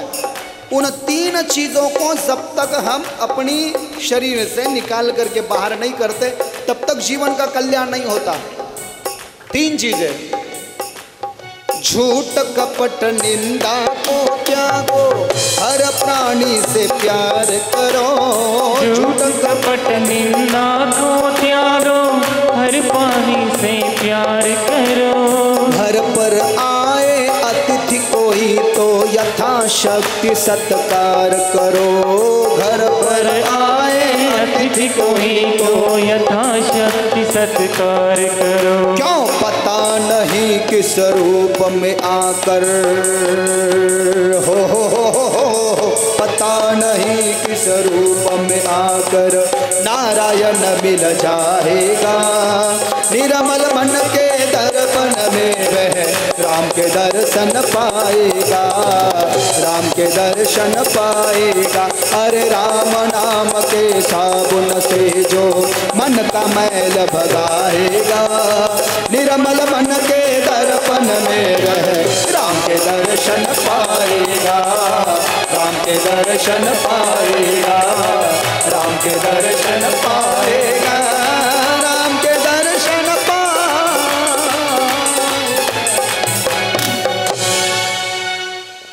भगवान ही चाहते कि आज रियाज कर ले, भजन कर ले, क्योंकि कथा सुनने का मौका ही नहीं दे रहा है वातावरण. थोड़ा वातावरण दे रहा है तो बच्चे आवाज कर रहे हैं, बच्चे हो गए तो कीड़े भी आ रहे हैं. 3 चीजें कौन सी? अरे झूठ कपट निंदा को त्यागो, हर प्राणी से प्यार करो. और आगे की पंक्ति बड़ी सुंदर है, ध्यान से सुनना. घर पर आए अतिथि कोई तो यथाशक्ती सत्कार करो. अरे घरी जर आला ना पाहुणा कोणीतरी पोट भरूस तर त्याला जेवू घाला. घर पर आए अतिथि कोई तो यथाशक्ति क्यों सत्कार करो. पता नहीं किस रूप में आकर नारायण मिल जाएगा. निर्मल मन के दर्पण में वह राम के दर्शन पाएगा. राम के दर्शन पाएगा। अरे राम नाम के साबुन से जो मन का मैल भगाएगा, निर्मल मन के दर्पण में वह राम के दर्शन पाएगा, राम के दर्शन पाएगा। मन जर का शुद्ध असलं तर भक्तीला विशिष्ट महत्व आहे म्हटलंय। स्वामी विवेकानंदांना सांगितलंय, our subconscious mind directly connected to the God, but when then we are trying to remember to the Lordest God from here each and every time. Be safely. पूर्ण सावधान पद्धतीने जर का देवाचा जप करत असो, जप करतो आपण पण सावधान नाही, बेसावध असतो आपण जप करताना, आहे की नाही? कसं उशिरा जप केल्यानंतर खडखड धडधड कडी याचा आवाज त्याचा आवाज, मग चित्त नाही लागत आपलं। काल ते भजन गायलं ना आपण, ये मन बड़ा चंचल है कैसे मैं इसे समझाऊं, राधे तेरे चरणों की, ए श्यामा तेरे चरणों की, गर धूल जो मिल जाए, सच कहता हूँ मैं मेरी तकदीर बदल जाए, राधे तेरे चरणों की। देवीचे विशिष्ट स्थान सांगितले आहे। देवी सांगते माझं पहिलं विशिष्ट स्थान आहे महालक्ष्मी कोल्हापूरची, दुसरं स्थान आहे तुळजापूर तुळजा भवानी, तिसरं स्थान देवीनं सांगितलंय सप्तशृंगी आणि चौथं स्थान माहूरगड। हे 4 स्थान विशिष्ट आपल्या महाराष्ट्रामध्ये सांगितले आहेत। भगवतीच्या बाह्य पूजा आणि अंतरपूजेबद्दल संकेत केलाय देवी भागवतामध्ये। बाह्य पूजा आणि अंतरपूजा, अंतरपूजा म्हणजे काय? अंतरपूजा म्हणजे वैदिक पूजा आणि बाह्य पूजा म्हणजे लौकिक पूजा। लौकिक पूजा म्हणजे देवीचा जोगवा मागणे, देवीची दृष्ट काढणे, आणखीन काय काय आहे? देवीचा गोंधळ घालणे। कोल्हापूरची महालक्ष्मी गोंधळाला ये, तुळजापूरची तुळजा भवानी गोंधळ, बाह्य पूजा, भजन पूजन जप तप हे सगळं। आणि अंतरपूजा म्हणजे विधिवत वैदिक आचार्य ब्राह्मणांना बोलवून, तंत्र जाणणारे जे ब्राह्मण आहे त्या तंत्र जाणणाऱ्या ब्राह्मणांना बोलवून त्यांच्याकडनं विधिवत सप्तशतीचे पाठ करून घेणे आणि सप्तशतीचं संपुटित हवन त्यांच्याकडनं करणे, देवीचं विशिष्ट सवळ्यामध्ये विशिष्ट वस्त्रामध्ये पूजा करणे, विशिष्ट नियम धर्म त्याचं आचरण करून पूजा करणे, त्याला म्हटलेलं आहे देवीची अंतरपूजा। आणि इथे सप्तम स्कंदाला पूर्णविराम आहे। श्रीमद्देवी भागवते महापुराणे सप्तम स्कंदे अध्यायः हरये नमः, हरये नमः।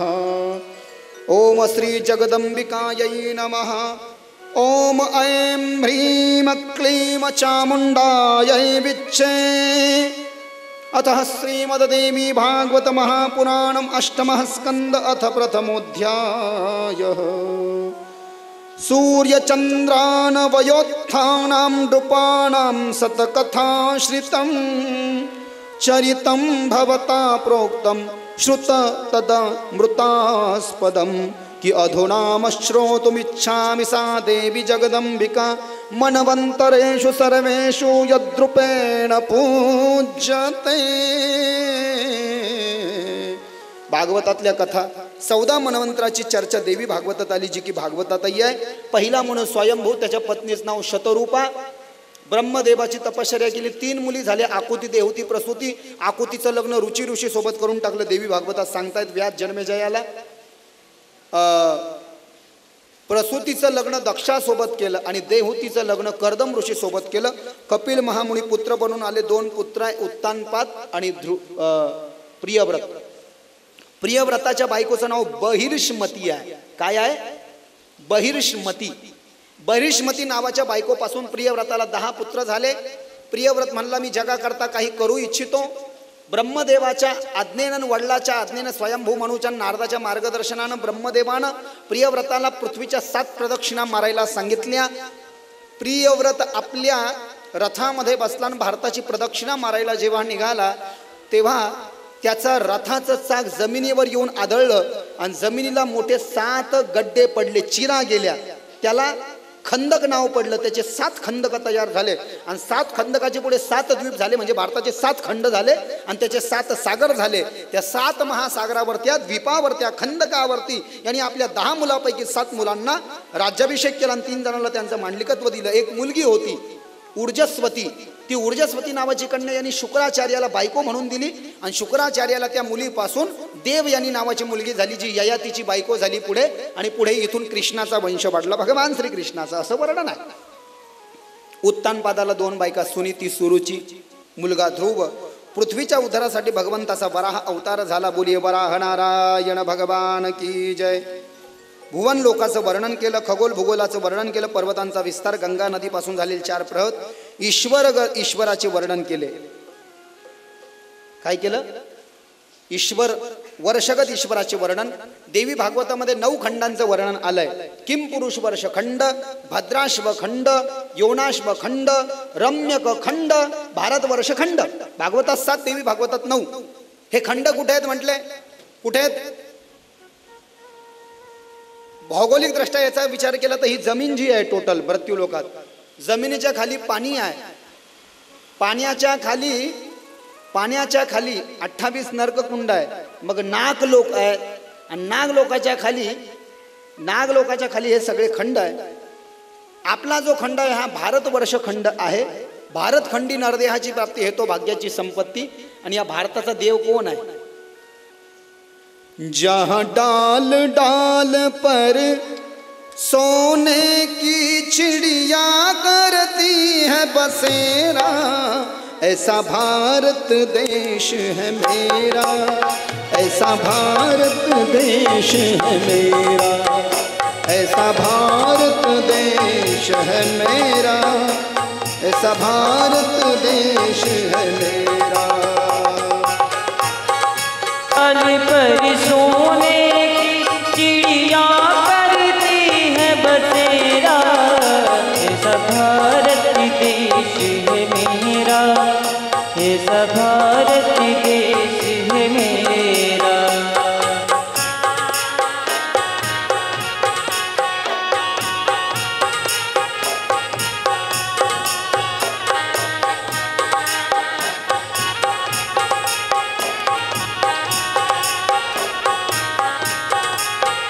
जहाँ सत्य अहिंसा और धर्म का पग पग लगता डेरा, ऐसा भारत देश है मेरा, ऐसा भारत देश है मेरा, ऐसा भारत देश है मेरा, ऐसा भारत देश है मेरा.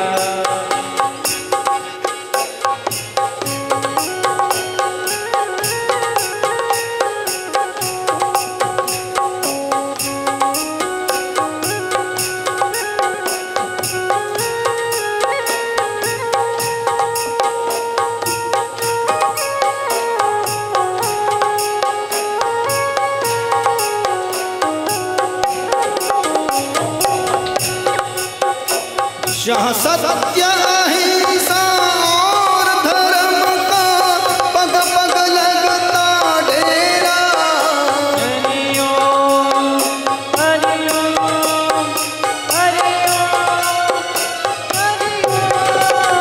जहाँ हर बालक एक मोहन है और राधा एक बाला, राधा एक बाला, जहाँ सूरज सबसे पहले आकर डाले अपना डेरा, ऐसा भारत देश है मेरा, ऐसा भारत देश है मेरा, ऐसा भारत देश है मेरा, ऐसा भारत देश है मेरा. जहाँ डाल डाल पर सोने की चिड़िया करती है बसेरा, वो भारत देश है मेरा, वो भारत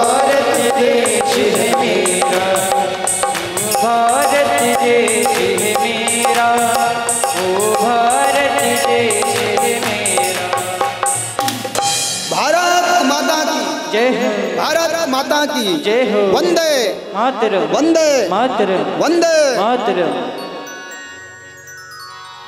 ये कोई देशभक्ति का कार्यक्रम नहीं चल रहा है, लेकिन हमारे भारत देश के देवता राम है। वो कितना पाठांतर करे प्यारे कर करके। यही हो गया, बहुत ज़्यादा हो गया।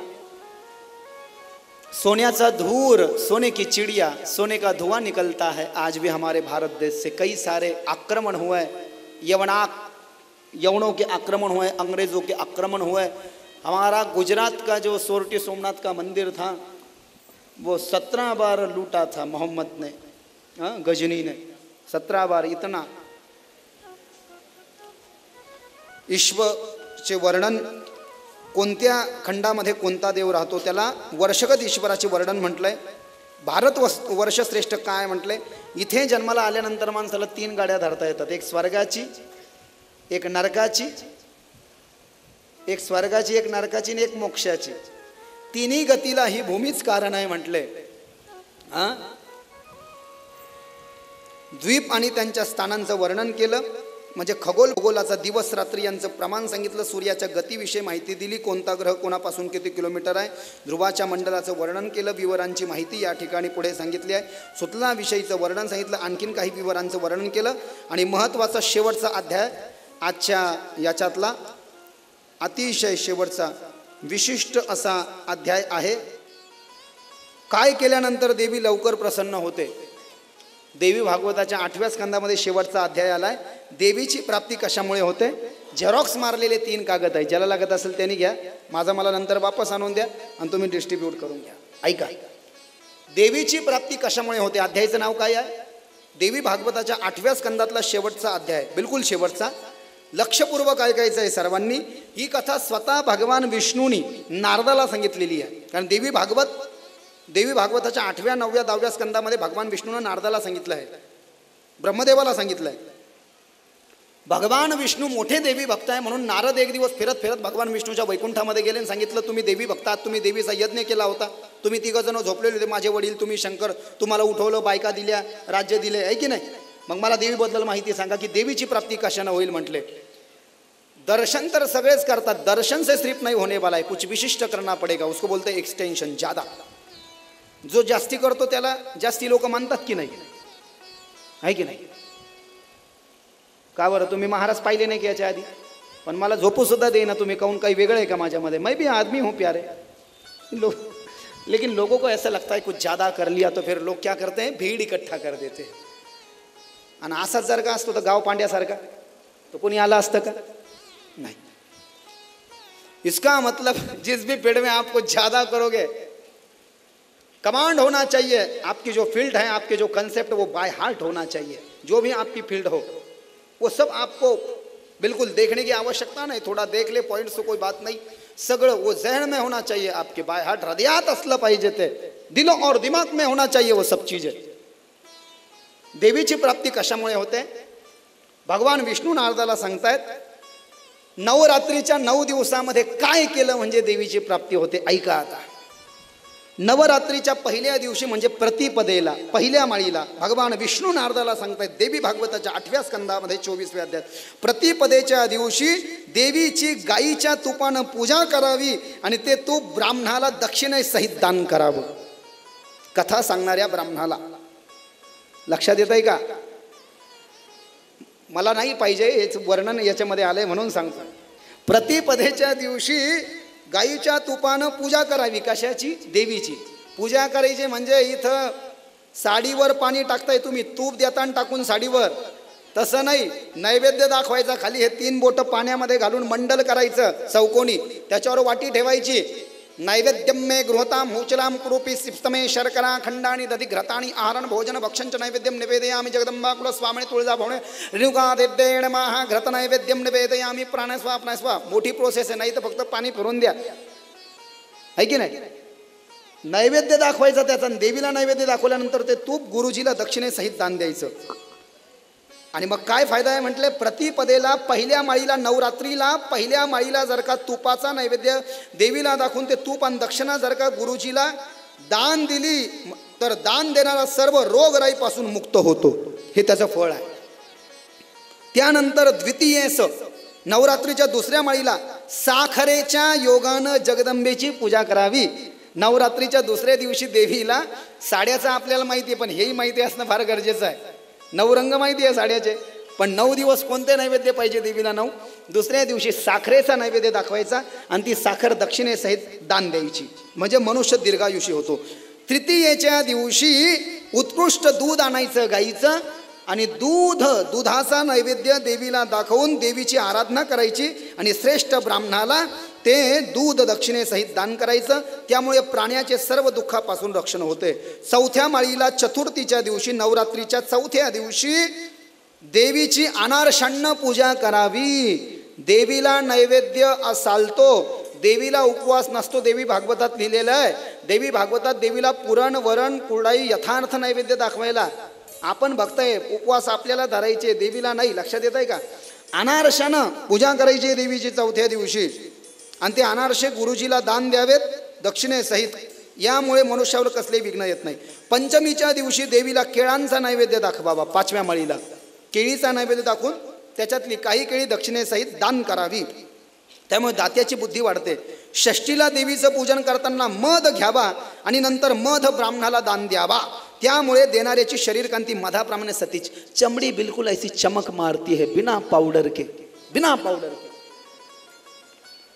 जो शहद दान में दे देंगे ना, पाउडर डेटॉल वगैरह लगाने की कोई ज़रूरत नहीं. शहद का यदि दान 6व्या माळीला राहील का लक्षात? का कागद लागेल तुम्हाला? कागद लागेल? बरोबर, ठीक. सप्तमीच्या दिवशी देवीला गुळाचा नैवेद्य दाखवून, 7व्या माळीला कशाचा नैवेद्य दाखवायचा? 7व्या माळीला देवीला गुळाचा नैवेद्य दाखवून तो गुळ दक्षिणेसहित जे कोणी आचार्य असतील, कथा सांगत असतील, कीर्तन सांगत असतील, त्यांना ते दान करायचं. हे ब्राह्मणोत्तमा. त्यामुळे देणाऱ्यास कधीही शोक प्राप्त होत नाही. प्रत्येक नैवेद्य असंच नाही आहे, लॉजिकल कंटेंट आहे. काहीतरी फायदा आहे. कोणता नैवेद्य दाखवल्यानं काय आहे, काय प्राप्ती आहे? अष्टमीच्या दिवशी, उद्या आहे ना, अष्टमीच्या दिवशी देवीची नारळानं पूजा करावी आणि नारळाचा नैवेद्य दाखवून ते नारळ दक्षिणेसहित दान करावं. त्यामुळे दात्यास ताप वगैरे होत नाही. ताप म्हणजे हडिताप आणि हिवताप नाही. ताप म्हणजे tension. Troubles in our life became a troubles in our life, many much more dynamic, many negative troubles in our life. Troubles म्हणजे खूप अडचणी. त्याला आध्यात्मिक आधी भौतिक आधी दैविक ताप असं म्हटलेलं आहे त्याला, बरं का. तापाचा वेगळा अर्थ घेता तुम्ही, म्हणून सांगितलंय तुम्हाला जरा डेफिनेशन करून व्याख्या. आध्यात्मिक आधी भौतिक आधी आणि दैविक. नवमीच्या दिवशी लाह्यांनी, काल्याच्या कीर्तनाला ज्या लाह्या वापरतो आपण वारकरी संप्रदायामध्ये, नवमीच्या दिवशी लाह्यानं देवीची पूजा केल्यावर लाह्या दक्षिणेसहित दान कराव्या. बिना दक्षिणेचं दान फलीभूत होत नाही. तसं देऊ नका देवाला शिदा बिना दक्षिणेचा. राजा हरिश्चंद्राने 2.5 दिलं नव्हतं, काय 2.5 मन सोनं, तर ते सगळं हिसकून घेतलं होतं. याच्या कशा करता? शिकवण्याकरताच, तुम्हाला ज्ञान देण्याकरताच मला बोलवलं ना. काही का होईना शिद्यावर, काही का होईना ती दक्षिणा दिल्या गेली पाहिजे म्हटले. लक्षात येत आहे का? त्यामुळे इहलोकात व परलोकातही सुख प्राप्त होते. हे नारद मुने दशमीच्या दिवशी शिवमहापुराणात शंकराला जे काळे तीळ आवडतात, दशमीच्या दिवशी देवीला काळ्या तिळाचा नैवेद्य दाखवावा आणि नैवेद्य दाखवलेले काळे तीळ दक्षिणेसहित ब्राह्मणाला दान द्यावे, म्हणजे यम यातनाचे भय नाहीसे होते. एकादशीच्या दिवशी जर देवीला दह्याचा नैवेद्य दाखवला, दह्यानं देवीची पूजा करून दक्षिणेसहित ते दही ब्राह्मणाला दान दिलं तर देणारा देवीस अतिशय प्रिय होतो. देवी म्हणती ये मेरा है दही. 11व्या दिवशी, द्वादशीच्या दिवशी देवीला व ब्राह्मणाला जो पोहे अर्पण करतो, पोहे, द्वादशीच्या दिवशी पोह्याचा नैवेद्य दाखवून ते पोहे गुरुजीला दान करायचे आहेत. कच्चे पोहे, कच्चे तुम्ही द्यायचे, ते बनवून घेतील, आहे की नाही? शपथ. कच्चे पोहे त्याचा नैवेद्य दाखवून दक्षिणेसहित दान करायचं. त्रयोदशीच्या दिवशी देवीची मण्यानी पूजा करायची. मणी, एम्ब्रॉयडरी वगैरे नसतात का ते तुम्ही करतात, ते मणी. त्या मण्यानं देवीची पूजा करायची आणि ते मणी दक्षिणेसहित दान करायचे. चतुर्दशीला देवीला सातूचं पीठ अर्पण करायचं आणि ते सातूचं पीठ देवीची पूजा करून गुरुजीला दान करून टाकायचं. ते दान देणारा शंकराला अत्यंत प्रिय होतो. त्याचप्रमाणे पौर्णिमेच्या दिवशी सांजा करून देवीचं पूजन करावं. सांजा म्हणजेच उपमा का? सांजा उपम्याचा प्रकार आहे वेगळा. काय असेल पाहून घ्या, मला नाही माहीत मराठीत, जे काय असेल ते. सांजा ब्राह्मणाला दान करावं म्हणजे दात्याच्या सर्व पित्रांचा उद्धार होतो. हे भाग्यवान मुने, याप्रमाणे सांगितलेल्या तिथीला त्या वस्तू घेऊन देवीची नित्यपूजा करावी आणि त्या वस्तू ब्राह्मणास अर्पण कराव्यात व त्यांचे अशा प्रकारे हवन करावे, त्यामुळे सर्व अरिष्टांची शांती होती. No doubt. अशा पद्धतीने आता हे झालं 15 दिवसाचं, प्रतिपदेपासून तर नवरात्री, दशमी आणि डायरेक्ट कोजागिरी पौर्णिमेपर्यंतचं मॅटर आहे. बरोबर. आता पुढे ऐका. 7 वार आहेत ना आठवड्यातले, कोणत्या वारी कोणता नैवेद्य, हे 15 दिवसाचं, हे तिथीचं झालं. आता वाराचं, रविवारी देवीला पायसाचा नैवेद्य दाखवून तिची पूजा करावी. गाईचं दूध, त्यामध्ये साखर, तूप आणि सारोळी, बासुंदीसारखं असं कढवायचं आणि ते पायस आणायचं आणि पायसाचं नैवेद्य रविवारी दाखवायचं देवीला. सोमवारी नैवेद्यासाठी गाईचं दूध वापरावं. मंगळवारी केळींनी पूजा करावी. बुधवारी ताज्या लोण्याचा नैवेद्य दाखवावा. गुरुवारी लाल साखरेचा नैवेद्य दाखवावा. शुक्रवारी पांढऱ्या साखरेचा नैवेद्य दाखवावा. शनिवारी गाईच्या तुपानं पूजा करावी असे सांगितलेले आहे. त्यानंतर 27 नक्षत्र आहे पंचांगामध्ये, तसे 28 आहेत, पण एक नक्षत्र हाईड आहे. हाईड आहे म्हणजे मिटवलेलं आहे. अभिजित नावाचं नक्षत्र आहे, पंचांगात लिहिलेलं नाही पण आहे ते, पण 27 मात्र लिहिलेले आहे. 27 नक्षत्रांचे नैवेद्य सांगितले. 27 नक्षत्राला कोणते नैवेद्य दाखवावे, नक्षत्राची नावं नाही सांगितली याच्यात, पण 27 नक्षत्राला एका नक्षत्राला एक नैवेद्य. घृत म्हणजे तूप, तीळ, साखर, दही, दूध, दुधाची साय, दह्याची साय, मोदक, तार फेण्या, शक्करपारा, सांजा, पापड, घिवर, वडे, खजुराचा रस, बेसन, मधु, सुरण, गूळ, पोहे, द्राक्षे, खजूर, चारोळ्या, आपूप लोणी, मुगदळ, मोदक, महाळुंगे हे पदार्थ नैवेद्यासाठी म्हणून निवेदन केलेले आहेत. हे 27 पदार्थांची नावं मी आत्ता घेतली आहेत. हे 27 नक्षत्राला दाखवायचे आहेत. आता विष्कंभादी योगावर काय करावे हे मी तुला निवेदन करतो. मी सांगितलेले पदार्थ जर खरोखरच देवीला अर्पण केले तर ती जगदंबा निश्चयानं प्रसन्न होते. भगवान विष्णू नारदाला म्हणाले. आता 14 प्रकारचे योग आहेत पंचांगामध्ये, त्याच्यावरचे नैवेद्य सांगितले आहेत. गूळ, मध, तूप, दूध, दही, ताक, अनारसे, लोणी, काकडी, कोहळा, मिठाई, फणस, केळी, जांभूळ, आंबा, तीळ, नारिंग, डाळिंब, बोर, आवळा, खीर, पोहे, चणे, नारळ, जंबीर, केशर व सुरण वगैरे पदार्थांनी विष्कंभासारखे योग असतील त्या दिवशी देवीचे पूजन करावे. असे हे नैवेद्य क्रमानं देवीस दाखवावेत. आता हे नारदा, कर्णांचा नैवेद्य तुला मी वेगवेगळे सांगतो ते ऐक. 5 कर्णांचे 5 वेगवेगळे नैवेद्य सांगितले. सांजा, मांडा, तार फेनी, मोद, पापड, लाडू, धिबर, तीळ, दही, तूप, मध या पदार्थांनी कर्णाला देवीस उत्कृष्ट नैवेद्य दाखवावा व आदराने तिचे पूजन करावे असे शास्त्रात सांगितले आहे. हे नारद मुने, देवीला प्रसन्न करून घेण्यासाठी काय करावे त्याची विधी मी आता तुला सांगतो. ते सर्व विधी तू लक्षपूर्वक ऐक. 15 दिवसाचे नैवेद्य सांगितले बरोबर, प्रतिपदेपासून तर पौर्णिमेपर्यंत. त्याच्यानंतर 7 वाराचे 7 नैवेद्य सांगितले. त्यानंतर 27 नक्षत्राचे नैवेद्य सांगितले. त्यानंतर 14 योगांचे नैवेद्य सांगितले आणि त्यानंतर कर्णांचे नैवेद्य सांगितले 10. आता प्रत्येक महिन्यातल्या 12 महिने जे आहेत, चैत्र, वैशाख, ज्येष्ठ, आषाढ, श्रावण, भाद्रपद, अश्विन, कार्तिक, मार्गशीर्ष, पौष, माघ, फाल्गुन या प्रत्येक महिन्यातल्या शुक्ल पक्षातील तृतीयेला कोणता नैवेद्य दाखवल्याने देवी प्रसन्न होते. हे तर नवरात्रीचं झालं, पण प्रत्येक महिन्यातला हा कागद तुमच्यासाठी फार गरजेचा आहे. आणि मला माहिती आहे मी नाही दिलं तरी उद्या तुम्ही तिथं गर्दी करणार आहे, त्याच्यामुळे मी तयारच ठेवलेलं आहे. हे नारदा, चैत्र महिन्यातल्या शुद्ध तृतीयेच्या दिवशी पुरुषानं त्या देवीचं आवाहन करावे व महुव्याचं झाड आहे, महुव्याचं म्हणजे मोहाचं का कोणतं आहे, मोहाच्या झाडाच्या वृक्षाचं पूजन करावं. 5 प्रकारचे खाद्यपदार्थ घेऊन त्याचा नैवेद्य देवीस अर्पण करावा. याप्रमाणे 12 महिन्यात सर्व शुक्ल पक्षातील तृतीयेच्या दिवशी कसे पूजन करावे ते आता सर्व विधी तुला सांगतो. हे नारदा, वैशाख शुद्ध तृतीयेच्या दिवशी गूळ खोबऱ्याचा नैवेद्य देवीला दाखवावा. ज्येष्ठ महिन्यातील शुद्ध तृतीयेला मध्याचा नैवेद्य दाखवावा. आषाढात मोहाच्या झाडालाच लोण्याचा नैवेद्य दाखवावा. श्रावणातल्या शुद्ध तृतीयेला दह्याचा नैवेद्य दाखवावा. भाद्रपद शुद्ध तृतीयेला साखरेचा नैवेद्य दाखवावा. अश्विन शुद्ध तृतीयेला खिरीचा नैवेद्य दाखवावा. कार्तिक शुद्ध तृतीयेला उत्तम प्रकारचं दूध अर्पण करावं. मार्गशीर्ष महिन्यात उत्कृष्ट तारफेणी अर्पण करावी. पौष महिन्यात दह्यावरील साय. माघ महिन्यातल्या शुद्ध तृतीयेला गाईचे तूप. फाल्गुन महिन्यात शुद्ध तृतीयेला नारळाचा नैवेद्य दाखवावा असं सांगितलं आहे. याचप्रमाणे क्रमाक्रमाने 12 महिने त्या देवीची यथाविधी पूजन करावे. मंगला, वैष्णवी, माया, कालरात्री, दुरत्यया, महामाया, मतंगी, काली कमलवासिनी शिवाहा सहस्रचरणाहा व सर्वमंगलरूपिणी अशी देवीची नावे आहेत. या एक एक नावाचा उच्चार करून देवीचे मोहाच्या म्हणजे महुव्याच्या वृक्षाच्या ठिकाणी निश्चिती करून पूजा करावी. त्यानंतर महुव्याच्या म्हणजे मोहाच्या वृक्षात स्थित असलेली महेश्वरी देवी तिच्या सर्व कामना पूर्ण व्हाव्यात म्हणून आपल्याही व्रताची सिद्धी व्हावी म्हणून त्या देवीच्या आदराने स्तवन करावे. अशा पद्धतीचं वर्णन आहे. हे वाचून दाखवलं. हे तुम्ही द्यावंच असं काही नाही आणि तुमची इच्छा असली तर तुम्ही देऊ पण शकता बरं काय दान. पण नाही दिलं तरी चालेल आणि दिलं तरी चालेल. दोन्ही चॉईस तुमच्याकडे ठेवलेले आहे. फक्त याच्यात वर्णन आलंय म्हणून तुम्हाला सांगितलं. विशिष्ट अध्याय होता. आजची कथा संपवण्याच्या